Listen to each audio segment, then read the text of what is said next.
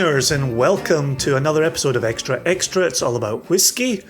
I'm your host, Jason Johnston Yellen. And I'm pleasured. I don't think that's how you say that. I think I was suggesting that I'm pleased, but more than that, I feel pleasure to be in your company, Joshua Hatton. I'm pleasuring you right now with my company. It's true. That's the most awkward part of this exchange, is you are pleasuring me right now with your company. Anyway, it's not One Nation Under Whiskey. Get it together. All right. So, in Extra Extra, Joshua and I come together and we bring a news story, often whiskey focused, to the attention of the other. We read it in the first half of the episode, we riff on it in the second half of the episode, and we try to get out of here in a tight 30 to 35 minutes. And we're mostly. Yeah, it was. Mostly. The last episode went a little bit longer, but two excellent topics to be discussing. Yeah, and most of them, I think we hug that 35-minute spot more often than not. Do you give it pleasure, that 35-minute spot? Yeah, not that long. So this week, it's funny because we sometimes we mix it up a little bit.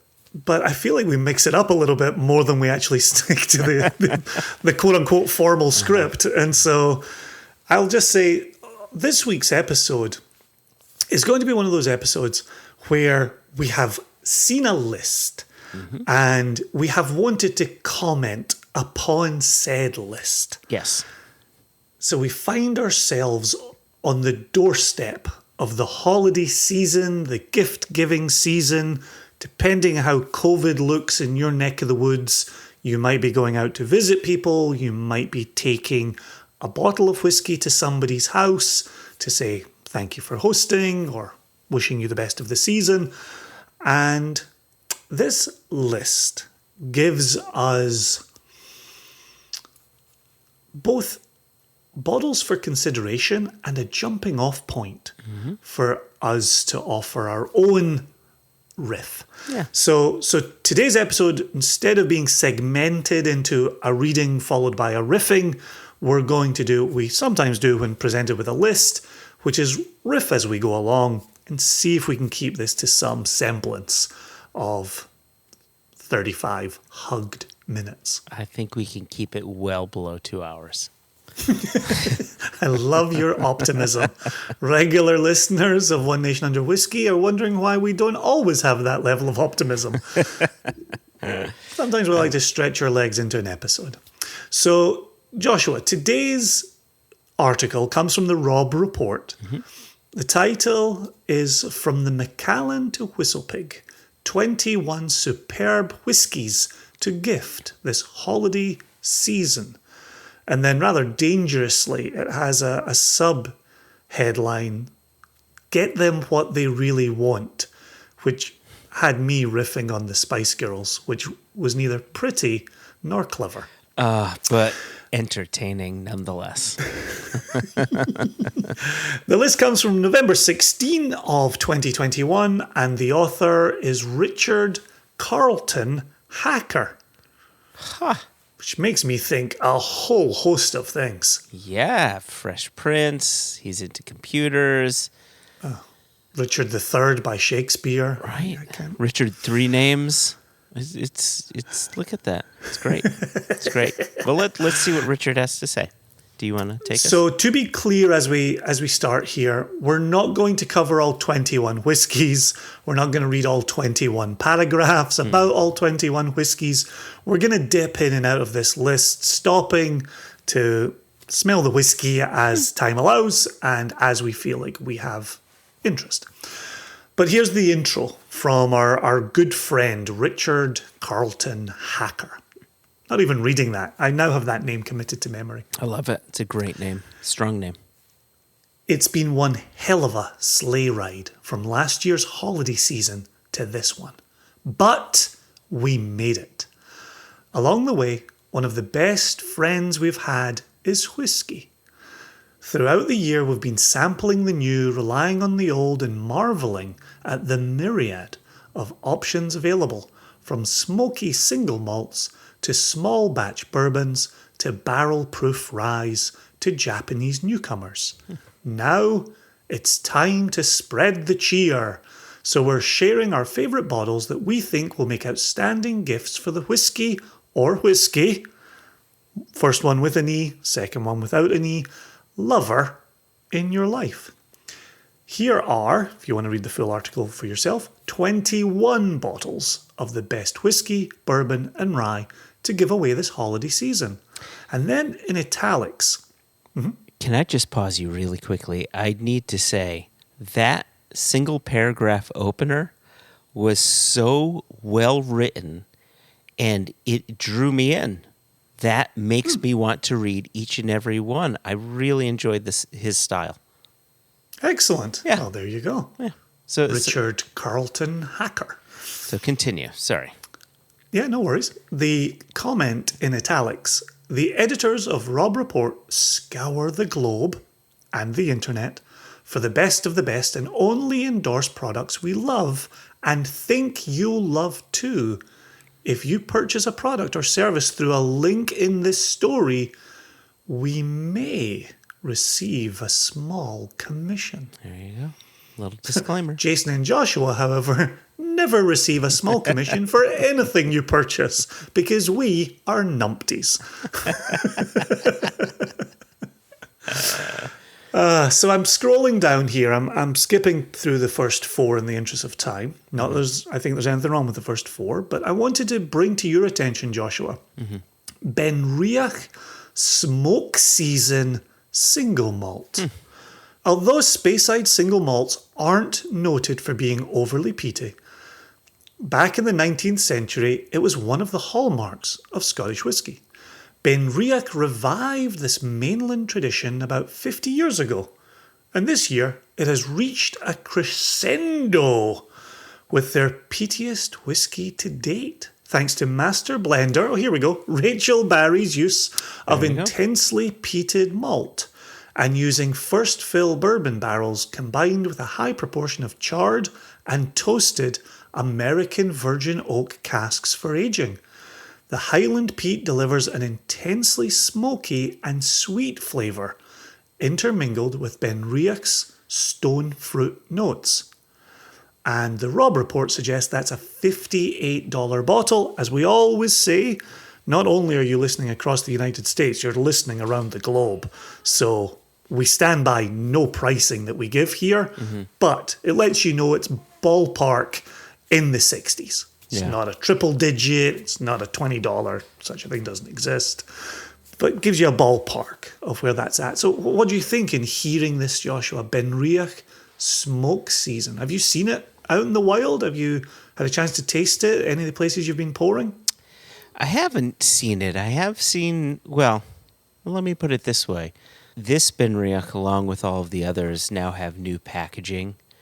And I'm just getting used to the packaging. So I've seen Benriachs on the shelves, but to be honest, I haven't been paying too much attention to that.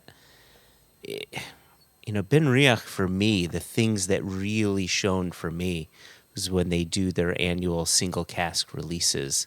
And before people really knew about them, there were some phenomenal finds, some phenomenal single casks there. Was it their 12-year-old?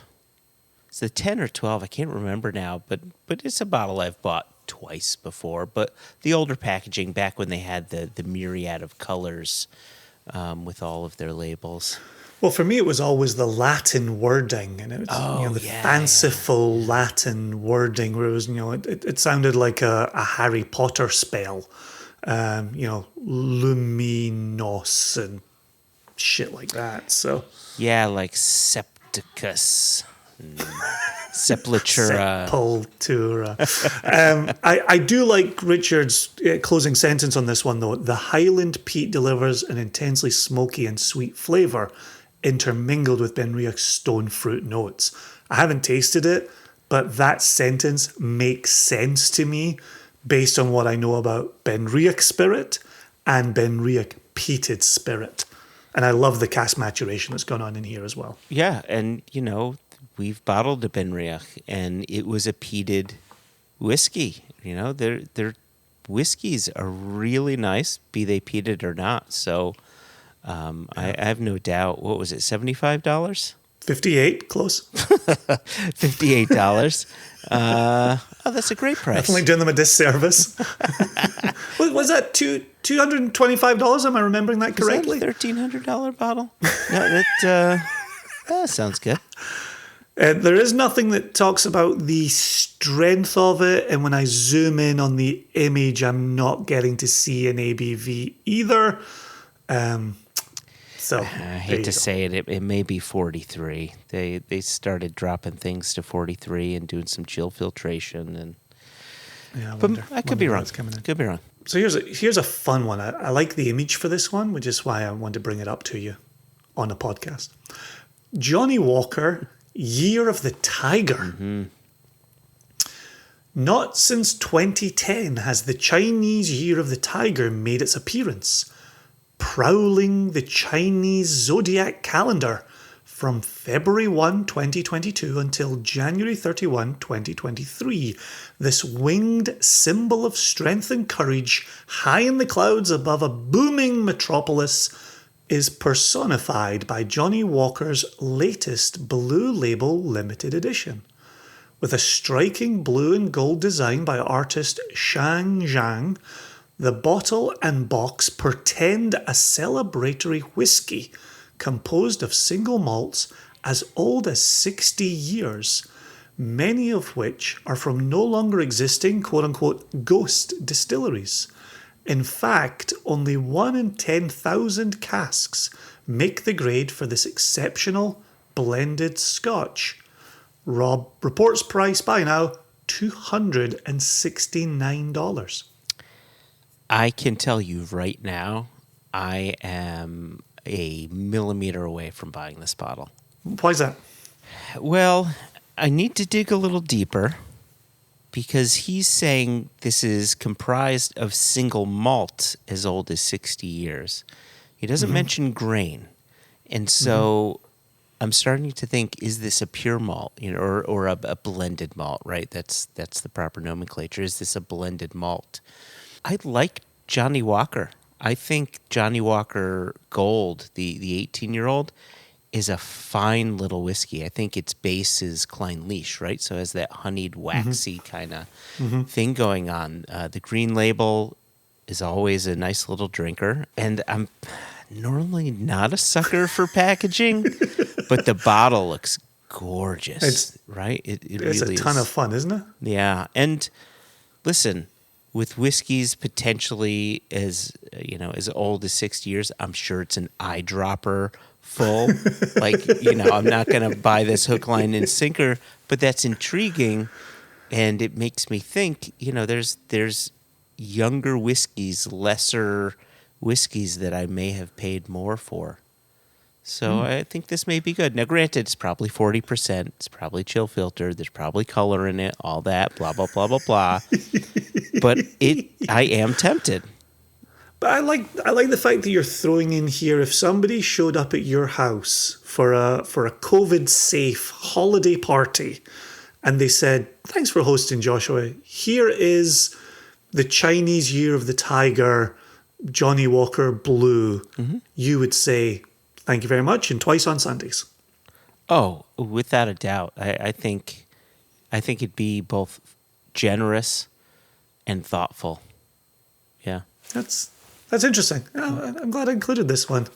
There is a little bit of the marketing fun with numbers going on. You alluded to it a second ago with the potential eyedroppers worth of 60-year-old malts. Yeah. But then, in fact, we're dealing in facts here. Only 1 in 10,000 casks make the grade for this exceptional blended scotch. That's sketchy. Yeah, how many distilleries does Diageo own? How many casks between them do they have in their store? It's and how many of them are of a certain age? So, yeah, you can do with numbers what you like. You can tell a story. Yes, exactly. So this next bottle I want to include here because it it uses a word that you and I enjoy using in our own single cask nation tasting notes. Writ large. Oh. So it is not writ large. Fresh bandages.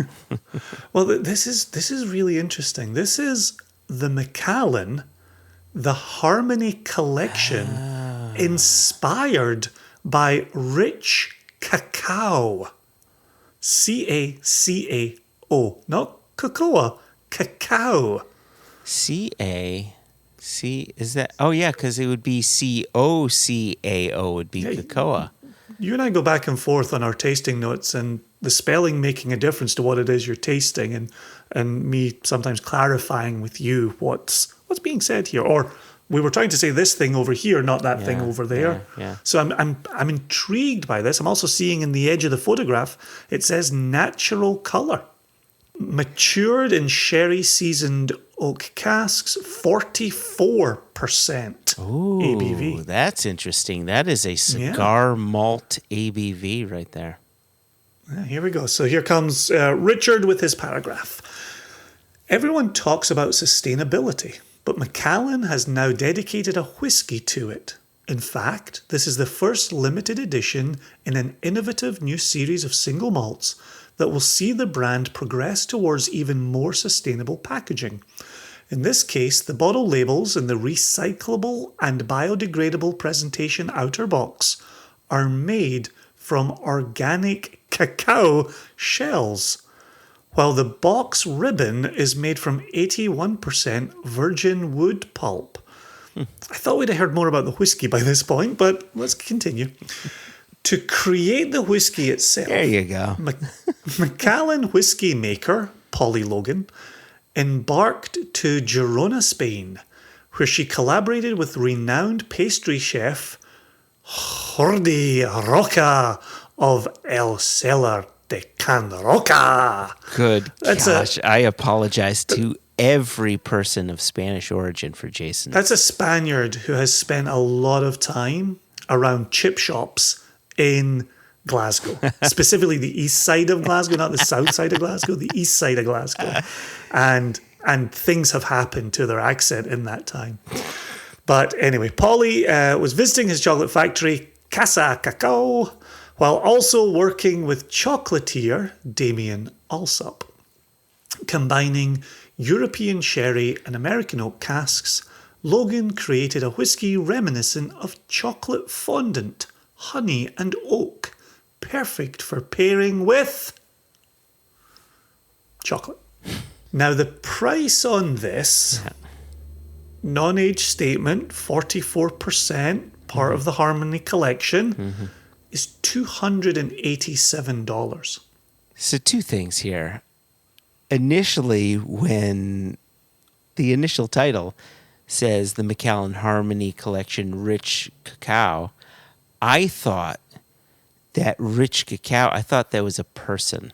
So it was nice to get... Some rich. Oh, rich cacao, you know. He's of the Guilford cacaos. Here's my problem. It's probably a delicious little whiskey. It's likely doesn't drink like a nearly $300 bottle. Maybe it does. That's debatable. My big problem is this will be a gift to someone. Oh, you know what?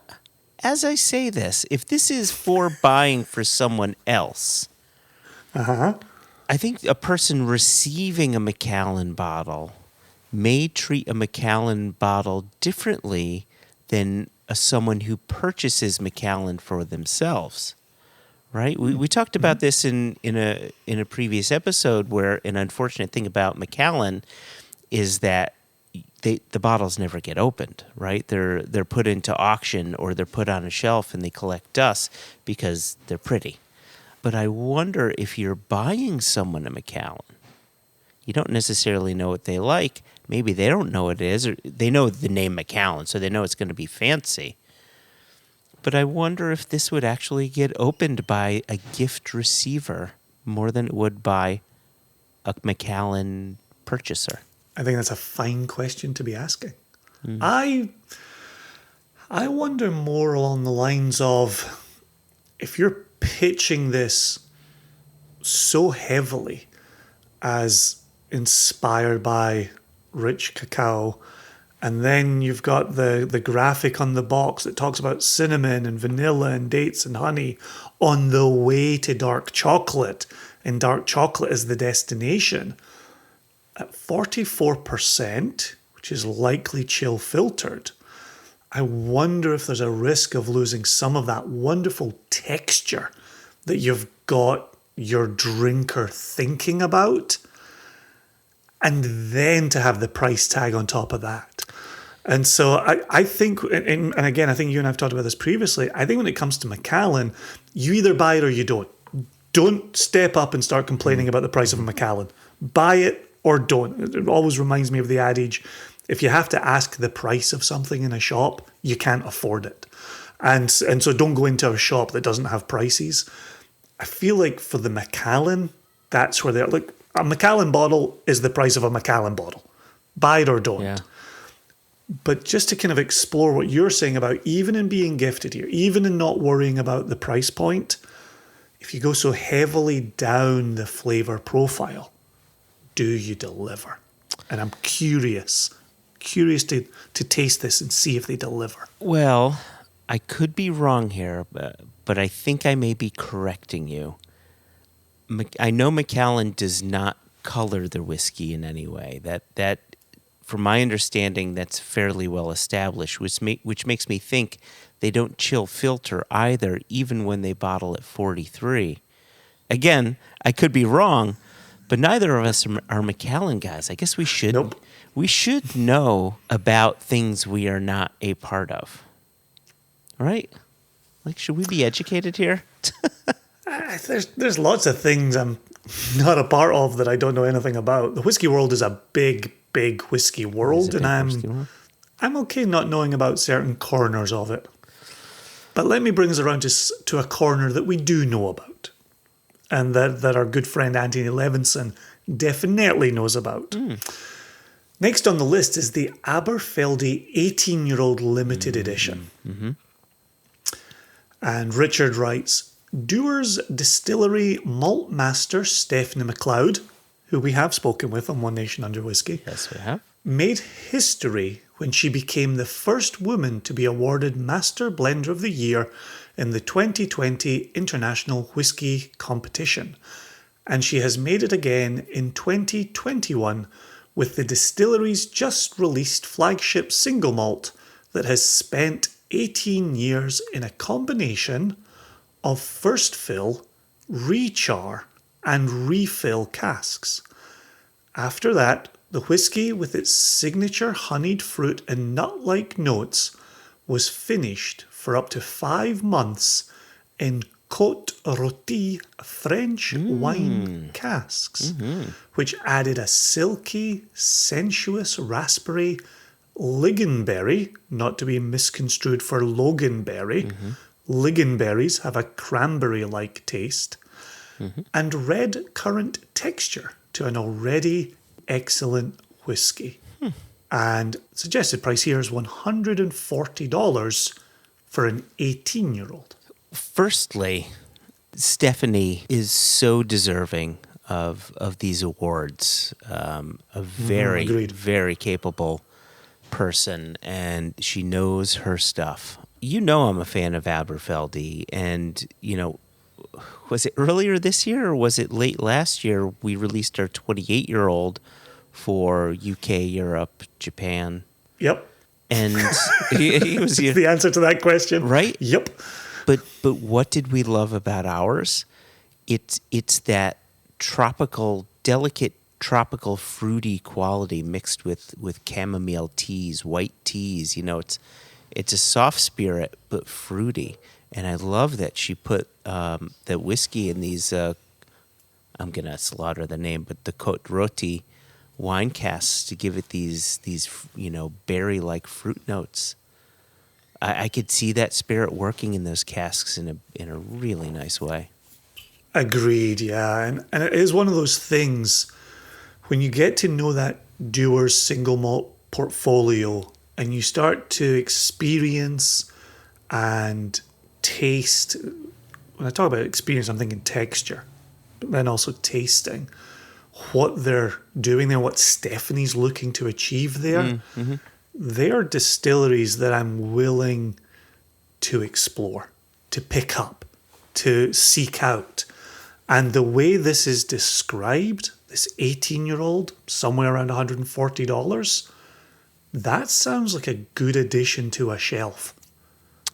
Yeah, I hope that it is at least 46% alcohol. So in zooming in on the photo, it looked like 43. Yeah, I clicked through to the website, and it takes you to Reserve Bar, and I was hoping the ABV would be listed, and in the description it just says bottle size 750 ml. So I guess we'll have to find out there. Yeah, it's always frustrating. It's the same sometimes trying to buy online, and the store doesn't tell you the ABV, and you can't read it from a label. I'm like, I'm sitting on my couch or in my office. You got to give me all the information. And the ABV is part of all the information. It's helpful. Drives me bonkers. Don't know why people do that, Joshua. So I know you're a fan of the Aberfeldy distillery. This 18-year-old is attractive to you. It is. I don't know why $140 makes me hesitate. Maybe it is because I don't know what the ABV is. If this were 46 or 48%, then I'd start to get intrigued. If it were at 43%, I probably wouldn't open my wallet. I'm excited to see an age statement. It's nice to see that 18 front and centre after going through the price of the Macallan without it. Yeah. The Johnny Blue suggesting there's some stuff in here that's 60, you know? Like, that at least just says 18. You know, as much as we're having this back and forth about the ABV, we at least know how old it is. No, I know, but it's interesting that the age statement seems important to you. In this instance. If you're going to connect, if you're going to make it $140, I know what my $140 is getting. It's getting an 18-year-old. If you look to charge me $270 ballpark for a non-age statement Macallan that's based on rich cacao, well, we got a different proposition going on there. So what about $240 for a 5-year-old Octomore? Sure. Right? It becomes different. Yeah, it's you know me. I don't care about age. I don't care what the number is. You just want sometimes to see it's nice to see one though, right? Mm-hmm. You at least know what the proposition is. Mm-hmm. So, speaking of age statements, and to throw a bone to our friends in the bourbon community, after our last episode, which was so much fun to cover, I received a number of messages from different bourbon people saying it wasn't me. when that episode went on to, some bourbon people were a little bit rude to some, retailers, and it wasn't me. Just to clear my name. Nobody said it was you. Just to clear my name. Okay. So for our friends in the bourbon community, and I love this recommendation. There's a reason we're talking about it. Eagle Rare 10-year-old bourbon. Mm-hmm. And here's Richard, the author. It seems that every bourbon Buffalo Trace Distillery puts out becomes collectible. Their twice-a-year Stag Junior is currently sold out, although a new 18th edition is coming before the end of this year. Their recently released experimental collection Bijou-style spirit is so limited, the 375ml bottles can't even be tracked down on e-commerce sites. And of course, their Pappy Van Winkle 23-year-old is legendary. But there are still a few gems from this distillery that can be found, one of which is Eagle Rare 10-year-old. It's a bargain if you can score a bottle with its easy sipping notes of candied almonds, orange peel, and leather. Available for around $45 a bottle. I love the fact that in this world where we talk about bourbon allocations and bourbon secondary market and people queuing at stores to get lottery tickets to go in and buy one bottle of something they don't even know what it is yet, but they're going to buy it when they get to the register no matter what. We'd hear stories about maybe mistreating some sales reps and some store managers. It wasn't me.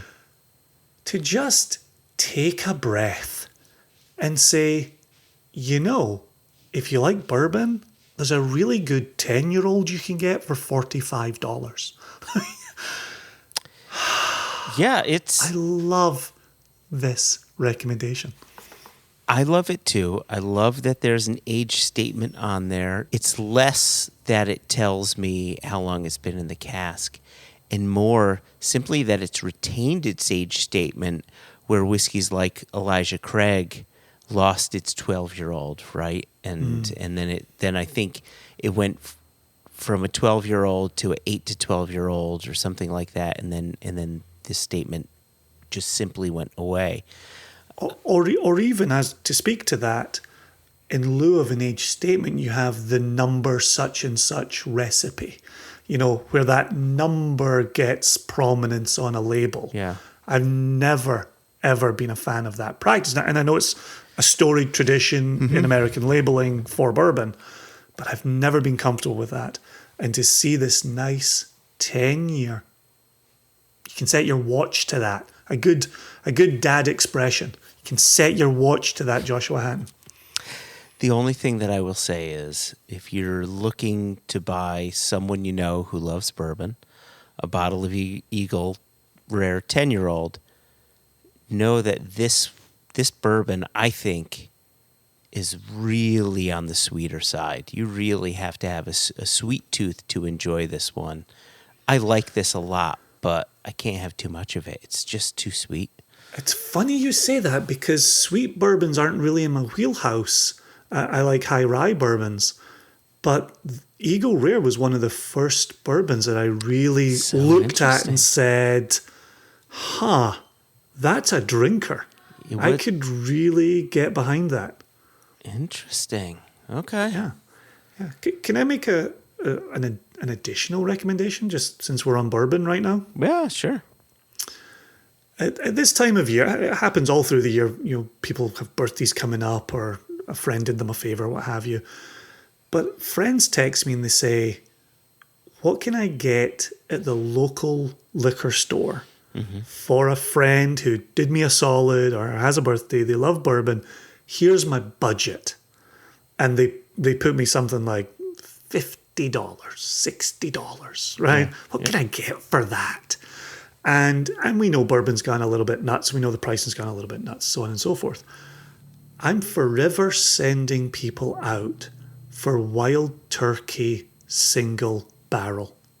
Yeah. The fact you can pick up a single barrel from the distillery, the 10-year-old. I think for us local, are we maybe looking at $60 for that, give or take? Yeah, somewhere around there.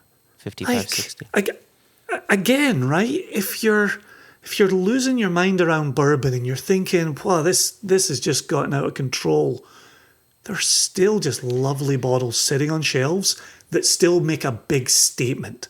That's what I like about this Eagle Rare. That's what I like about the Wild Turkey single barrel. Don't shout too loud about that, because it's just going to be the next one that people glom onto, and then we won't find Jason it anymore. and Joshua do not receive a commission if you purchase according to their recommendations. Very quickly, is there a bourbon? Like, if I know you are in the same scenario as me, where people are reaching out asking for recs, is there a go-to, a price point, a statement that you recommend? Well, I have a bourbon that I would recommend. Actually, I have a rye that I want to recommend. Right. Well, I did bourbon, you do rye. Yeah, but I had a single malt that I wanted to recommend as well. Hold on one second. Yeah, put your single malt away for the moment. Just give us your rye. My rye, and I think I had you get a bottle of it. It's the Old Forester rye.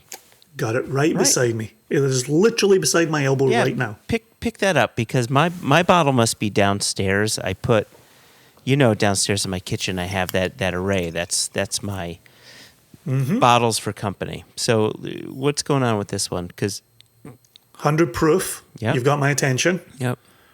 Rye in lovely big letters. Screw cap. Happy to get behind that. What's the price point on this? $20? It's about 24. I think I got mine for $24. Oh, that's Right? lovely. 50% That's alcohol. Really rich. It's rye, but it's not too spicy. A little bit of nuttiness, just a tiny bit of nuttiness in the back on that. I think that's one of the better ryes on the market. Yeah, you show up at someone's house with this and you say, hey, thanks for having us over for dinner. You've spent $20-25 and you've just given them something brilliant. Yeah, yeah. And at this point, it's not about the money. What you've done is, A, you've given them a gift, and B, you've given them a gift that's so good when they go to rebuy it, they're going to be saving money because it's one of the best deals on the shelf. Yeah. Yeah. Yeah. Yep. That was lovely. I just took a little swig of that straight from the bottle just to get the taste in my mouth. And I will say, hashtag, please drink straight from the bottle responsibly. Yeah. In the interest of time here, Josh, I'm going to go through just maybe a couple more. There are some others on this list I would like to talk about, but in the interest of time, let's do a couple, and then I want to hear this single malt recommendation that you want to make. We're going to go an hour with this episode, and I'm okay with that. Hopefully our listeners are okay with that too. Here's a good one for you. All right. Courage and Conviction, American Single Malt Whiskey. And again, how much time have we spent talking about American single malt whiskey this year? So I'm glad to see this recommendation in the Robb Report as well. Mm-hmm. The phrase, have the courage of your convictions, originated in France, but it was also a favourite saying of the late Dr. George G. Moore, who founded the Virginia Distillery Company that produces this craft spirit. Consequently, it became the name of Dr. Moore's original whiskey, which he purposely spelled without an E as a tribute to the Scottish style of whiskey making. Still family owned, individual bottlings taken from the trio of casks used in creation of the flagship single malt whiskey, bourbon, sherry, and red wine, we'll say more about the red wine in a moment, are available. But we favour the original whiskey, which is composed of spirits aged in 50% ex-bourbon casks, 25% sherry casks, and 25% red wine casks. This double copper pot distilled spirit is bursting with spicy notes of fruit, cocoa, caramel, and butterscotch, with a smooth and creamy finish. Befitting its name, each bottle comes with a magnetically held Courage and Conviction medal that may be removed and carried as an inspirational pocket piece. Price, $80. So this is interesting. In this spelling, it's cocoa. In the other spelling, it's cacao. Cacao. They're two different things. They are two different things. Okay, this is the conversation that you were talking about before that we've had many times. And okay. Exactly. All right, carry on. So you had mentioned we're going to talk about those red wine casks. I think I know what you're going to say. Yes. So why don't you go ahead and say it? Yeah. So if you read any of the marketing by the Virginia Distillery Company, they talk about cuvee casks. Mm-hmm. And given that we're here in Virginia and they're an hour and 5 minutes from me, full disclosure, as of the recording of this episode, I was there 10 days ago, 11 days ago, tasting from the spirit run, tasting from the spirit receiver, tasting in the warehouse, having a wonderful, wonderful time. The cuvee casks in Virginia speak to that red wine lineage. Mm. But for those of us in whiskey circles more than wine circles, the cuvee casks are STR, shaved, toasted, recharred. So you've got the caramelization of the wine sugars within the oak staves, the color that brings, the flavors that brings to the table are phenomenal, absolutely phenomenal. So to hear bourbon, sherry, and red wine I think it downplays what you're actually getting, where you're getting bourbon, sherry, and STR going on in there, agreed. which is a very different proposition. And I think the Courage and Conviction is well worth your money, and such a wonderful drinker, and so well put together. Now, the name missing here, we've talked about Rachel here, we've talked about Stephanie here, we've talked about Polly here with the Macallan, but a name missing from this paragraph is Amanda Beckwith, who's in charge of the maturation and the blending at Virginia Distillery Company. And her nose and her palate, I think, are beautifully demonstrated in this marriage of bourbon, sherry, and STR casks. So who's your recipient here? Who are you targeting with this flavor profile as a gift receiver? I think with any American single malt, you're looking to maybe introduce somebody to the existence of this. I don't think you walk into somebody's house, maybe unless you're here in Virginia. I don't know if you walk into somebody's house already knowing they're a Virginia Distillery Company fan, but I think if you go in to gift this bottle, you're planning on them becoming one when you leave. Okay. I think that's the delivery here. And I think, just like we've said with Westland over the years, Copperworks, Balcones, we're looking to turn people onto American single malt whiskey. You know, there's a little bit of the evangelical about us, right? Where we want to evangelize this area of American craft production. 100%. And so that to me is kind of what I'm looking to deliver here, is hopefully I can be the first person to tell you about this distillery that I think you're going to become very partial to. And, you know, continuing the full disclosure, at the very beginning of next year, we are releasing our own single cask from the Virginia Distillery Company, which is a Spanish oak butt. And that does remarkable things, and the cocoa on that is turned up to 11. And so, good things are happening just over the mountain from me. Yeah, that you wanting to read this particular one, given the fact that we're bottling one of their single casks, should come as no surprise. There's a reason we selected the cask, because the folks at VDC really know how to make whiskey, and they had Jim Swan help them on the maturation side. He knew what would be happening in their climate, and the result is really delicious whiskey. Let me just say one quick thing. I think it was on the Drammers Facebook page, and Yoni Miller had posted a picture that had one of these bottlings in it, one of the Courage and Conviction bottlings. And I commented saying, hey, their stuff is really good. And Sean Crane, I'm sure you recognize that name as a Nation member. Absolutely.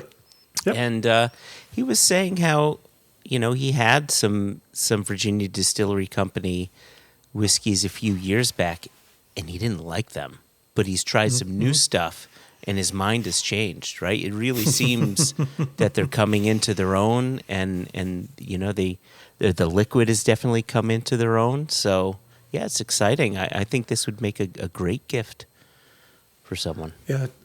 Scott Harris would sometimes talk about that at Catoctin Creek, which is an hour and 3/4 in the other direction for me. But, they're maybe 40 minutes outside of DC, and people came out and tried them way back in the beginning. They're 10 years old as well, just like us, just like Westland. And after that first very early impression, people would say, oh, Catoctin Creek's not on my radar. So much happens in 3 years with a distillery, 5 years with a distillery, a decade for a distillery to turn yourself off to them after one try. And so I love hearing Sean circling back on this one and saying, whatever was going on then is not going on now. Big fans of it. I've tasted a lot. Hashtag humble brag. I've tasted a lot of things they call it the Cask House. Wonderful things are happening there. Absolutely. I wouldn't be championing the way I am if I didn't believe in them. You and I have had this going on for years and years now. If we're recommending it, it's worth your money. Because I don't want you to come back to either of us and say, I spent my money there. Well, it was a bit of a dud. No, if we're recommending it to you, it's because it's well worth your money. And if you don't like it, that's your own fault. I'll take it. Yeah, thanks. I'll take it. let us get out of here on one final recommendation from the Robb Report. And as is always the case, I didn't get through nearly as many bottles as I'd hoped to. But I loved the conversation along the way, and I wouldn't change anything. But I do recommend go to ROBReport.com, look out for best whiskey holiday gifts, and give this a full read for yourself. We're getting out here with a very old friend. Okay. Very old friend. Okay. Laphroaig Sherry Oak Finish Single Malt with the 10 emblazoned right in the middle of it. So this is interesting. The Laphroaig 10 is a very old friend. I have not had the 10 with a sherry finish.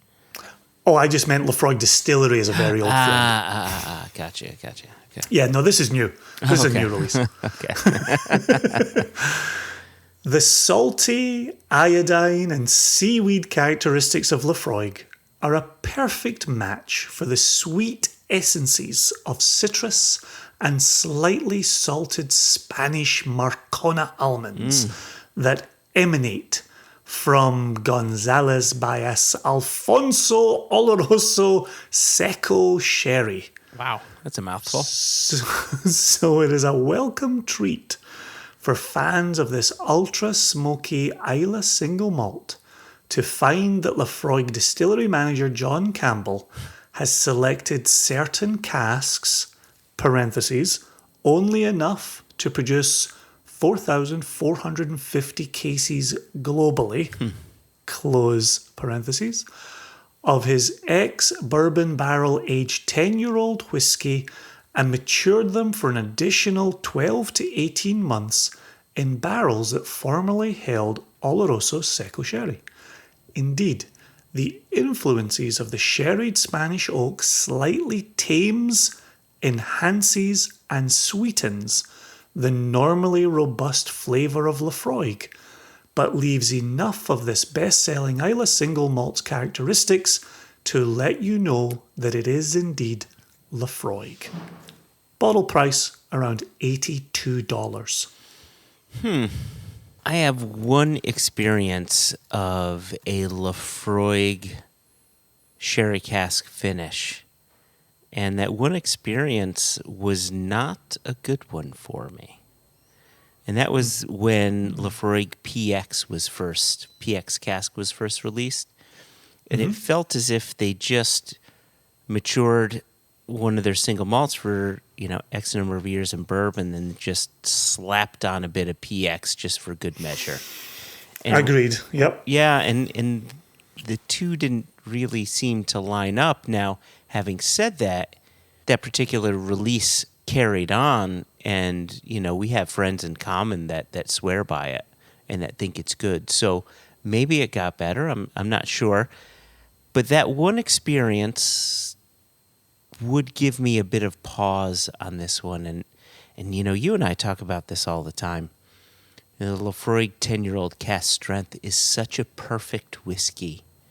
Indeed. And why fix something that isn't broken?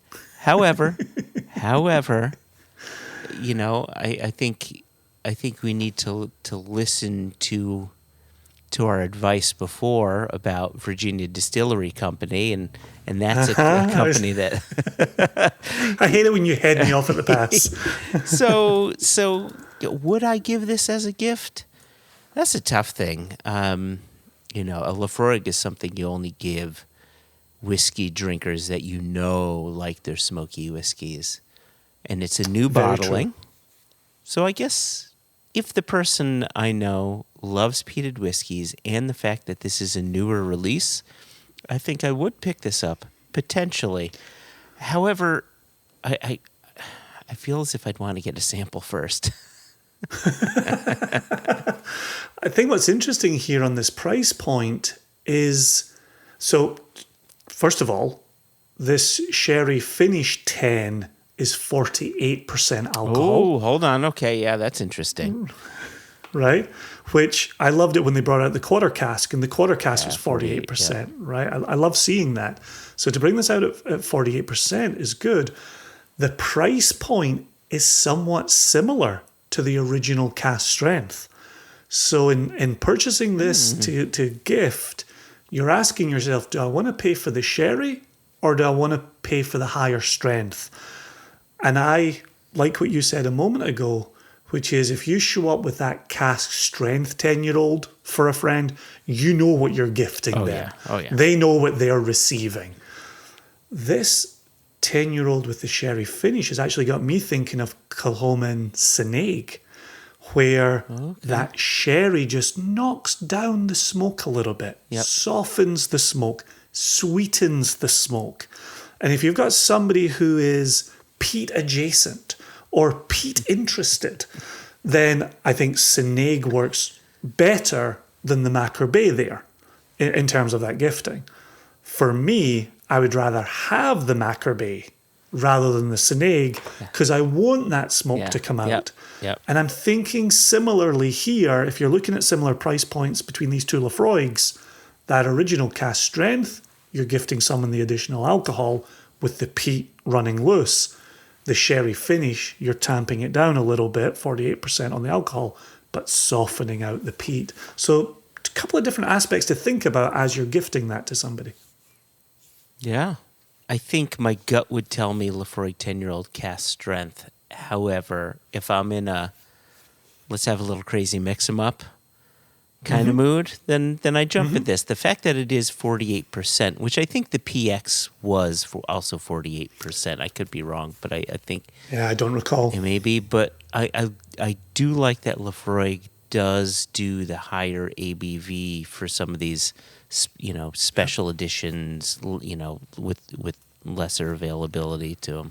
Well, and it's lovely to see a Laphroaig mentioned here as John Campbell ends, 27 years association with the distillery and moves off to the Scottish mainland for some as of yet unnamed new project. But to have his final release make it onto this recommended list, I think is very cool. I think it's very cool. And speaks well of John. No doubt. Now I need to... You know what? I may gift myself a bottle of this just to see what the hubbub is. How about this? I'll gift you one, you gift me one, and then everybody's happy. Perfect. So, without further ado, there's a single malt you've been keeping up your sleeve to this point, and I'm curious to hear what it is, and then I'm curious to see if you're going to ask me one without me being prepared to give you one. I've had a sample of this one. I haven't purchased the bottle yet, simply because the last time I saw it on a shelf, I simply didn't have enough room in my suitcase back home. But having tasted this, it really captured my attention. It's one of those ones you put in your glass and you do a double take. And it is the Glen Grant 15-year-old, the new batch strength. Right. 50% alcohol, and it's all first fill bourbon casks. Right? And what's better than that? It's like Nothing. 75 to $79 for a 15-year-old, 50% alcohol, first fill bourbon Glen Grant. Oh, that's tidy. And I don't even have to tell you what it's doing. You know all the things it's doing. Right? Yeah. Clean, crisp, warm, buttery shortbread. Exactly. Yep. Oh, I'll be getting a bottle of that. There's no doubt about it. I used to love the Glen Grant 16. Absolutely loved it. Oh, yeah. Fantastic. I was really sad to see it discontinued. It sounds like they've come back with almost the same thing at a higher ABV. Yeah. It really is a damn fine little whiskey, and it's going to be one of those ones. We always talk about what are the must-haves on your shelf, and I think this one is going to be a must-have. Yeah, I could see myself adding that without any shadow of a doubt. And so, Jason, you're going to like this recommendation because it's one that you've given me. Okay. You have me firmly in the Craigellachie 13-year-old camp. Right? Squarely. Right? Squarely. It's such a great whiskey. And in thinking about gifting, in thinking about saying thank you to a host, if you're looking for something that will resonate with a range of palates. It's the Craigellachie 13. You don't have to worry about it missing a palate. And what's the number on it? $55, $60? About that. Yep. Brilliant. 46%, absolutely. you know? Yeah. That's, since you told me that has to be on my shelf, it is on my shelf. I'm running perilously low on the bottle that is currently on my shelf. There will be a new one behind it. And if anybody this holiday season wants to gift me one or thank me for playing host, I would accept a Craigellachie 13 easily. Beautiful. I'm glad. Excellent. I'm glad my recommendation resonated with you. Absolutely, yeah. Absolutely. I think we've covered a lot of great whiskies in this episode. And I think there's different price points, there's different flavor profiles, there's different maturations, there's different strengths. Yeah. This is what I liked about this article. You know, the other ones that we read, they are these elitist articles, you know, these untouchables. And while this article did have some untouchables in there, We dipped a toe. it also had very, easy to get, decent price point whiskeys and, some common things like don't overlook the Eagle Rare 10, right? You didn't read it in there, but don't overlook the Glenlivet Caribbean Reserve.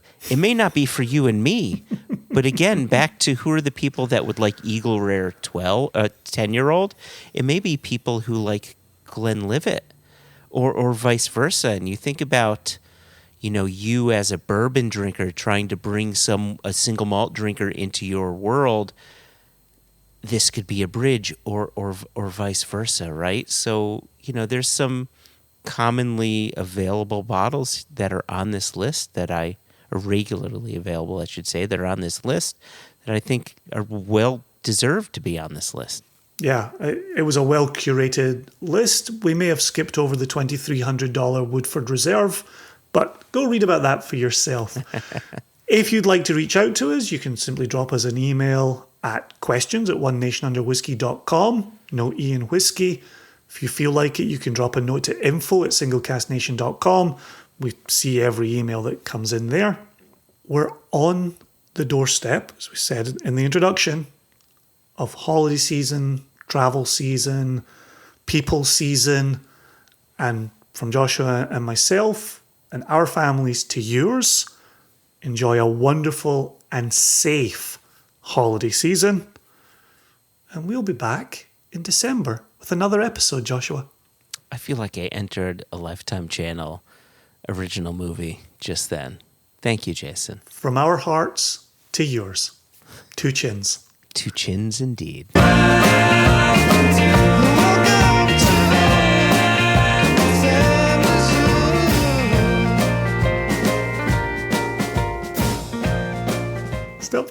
Stop talking. I got no strings to hold me up. Sorry, go ahead. Cut. I'm trying to make my sound wave spell out a C and then a U and then a T. But it's only giving me a C, a U, an N, and a T. And I don't know why that's happening.